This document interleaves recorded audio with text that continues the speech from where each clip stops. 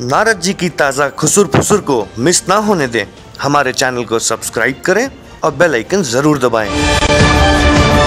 नारायण नारायण। शिक्षा कर्मियों का संविलियन एक बहुत अहम मुद्दा रहा बीते चुनाव में। शिक्षा कर्मियों का आंदोलन राजधानी वासी नहीं बल्कि पूरे प्रदेश में इसकी लहर देखी गई। और इस वक्त हमारे साथ हैं शिक्षा कर्मी संघ से वीरेंद्र दुबे जी, जो पिछली सरकार थी भारतीय जनता पार्टी की, उसमें हमने आप लोगों का आंदोलन देखा। उसमें बहुत अहम भूमिका आपने निभाई चुनाव को प्रभावित करने में, हम कह सकते हैं शिक्षा कर्मी संघ ने। संविलियन के विषय पर जो बातें चल रही हैं उस पर किस तरह की प्रतिक्रिया आ रही है और आगे आप लोग इसको लेकर अभी क्या करने वाले हैं आगे? अमित जी, पिछली सरकार ने प्रदेश के लगभग 1,14,000 शिक्षा कर्मियों का संविलियन किया था, जिसका 8 वर्ष हो चुका था।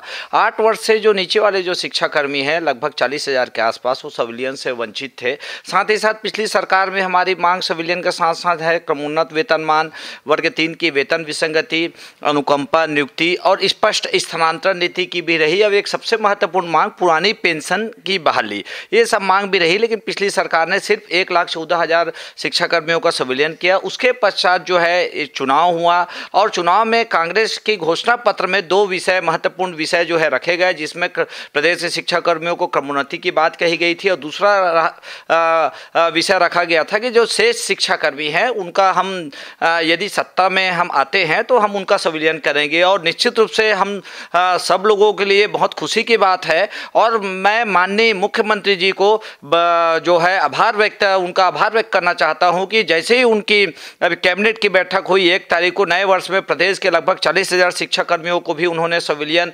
का सौगात देते हुए उस बजट में राशि का प्रावधान कर दिया है। तो हम सब पूरे प्रदेश के लगभग 2.25 लाख शिक्षा कर्मी माननीय भूपेश बघेल जी के प्रति धन्यवाद ज्ञापित करते हैं, उनके आभारी हैं कि उन्होंने सबसे पहले हमारे विषय को गंभीरता से लेते हुए हमारे प्रदेश के शिक्षा कर्मियों के लिए संविलियन के लिए अलग से बजट का प्रावधान रखा। और शेष जो विषय हैं, खासकर प्रदेश के शिक्षा कर्मियों को क्रमोन्नति वेतनमान, वर्ग 3 की वेतन विसंगति है, अनुकंपा नियुक्ति है और पुरानी पेंशन की बहाली, यह भी हम अपेक्षा करते हैं कि जल्द से जल्द यह सरकार जो है इन सब समस्याओं का भी निराकरण करेगी।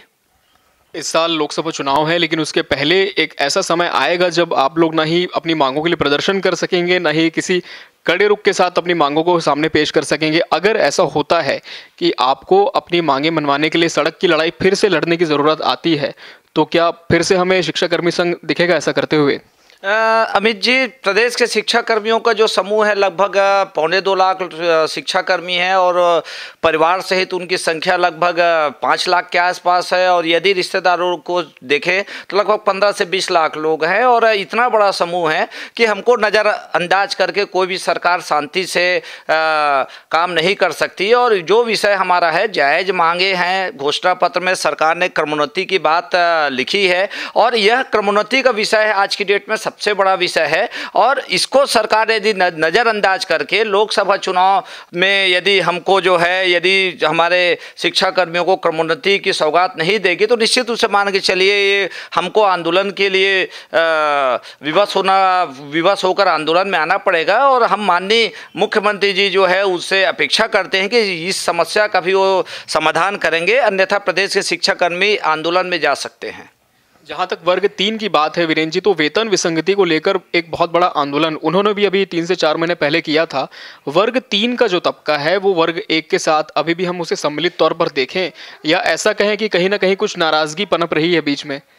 अमित जी, ऐसा है कि वेतन विसंगति एक ऐसा विषय है जिसमें यदि आप अध्ययन करें, शिक्षा कर्मियों का जब से जन्म हुआ है 1998 से लगभग 20 वर्ष होने जा रहे हैं, सभी वर्गों में वेतन विसंगति है। और खासकर वर्ग 3 का वेतन विसंगति जो है इसलिए स्पष्ट रूप से दिखता है कि वर्ग 2 की अपेक्षा वर्ग 3 का वेतन काफ़ी कम है। और इस समस्या का समाधान के लिए जो है हमने इस विषय को लगातार विभिन्न मंचों में उठाया है, आंदोलन में भी इस विषय को रखा है और सरकार को चाहिए कि जल्द से जल्द जो है इस पर निर्णय ले और वर्ग 3 की वेतन विसंगति दूर की जाए, लेकिन साथ ही साथ जो है क्रमोन्नति वेतनमान एक ऐसा विषय है जिससे प्रदेश के लगभग सभी शिक्षाकर्मी जो है उससे पीड़ित हैं और इस विषय का समाधान भी होना चाहिए। अनुकंपा नियुक्ति, लगभग 3500 परिवार है हमारे प्रदेश में जो अनुकंपा नियुक्ति की बाट जोह रहे हैं, लेकिन अभी तक उनकी अनुकंपा नियुक्ति के लिए कोई प्रावधान नहीं किया गया है। तो अनुकंपा नियुक्ति भी जो है प्रदेश के शिक्षा कर्मियों के द्वारा उसका खुलना चाहिए। साथ ही साथ पुरानी पेंशन बहाली,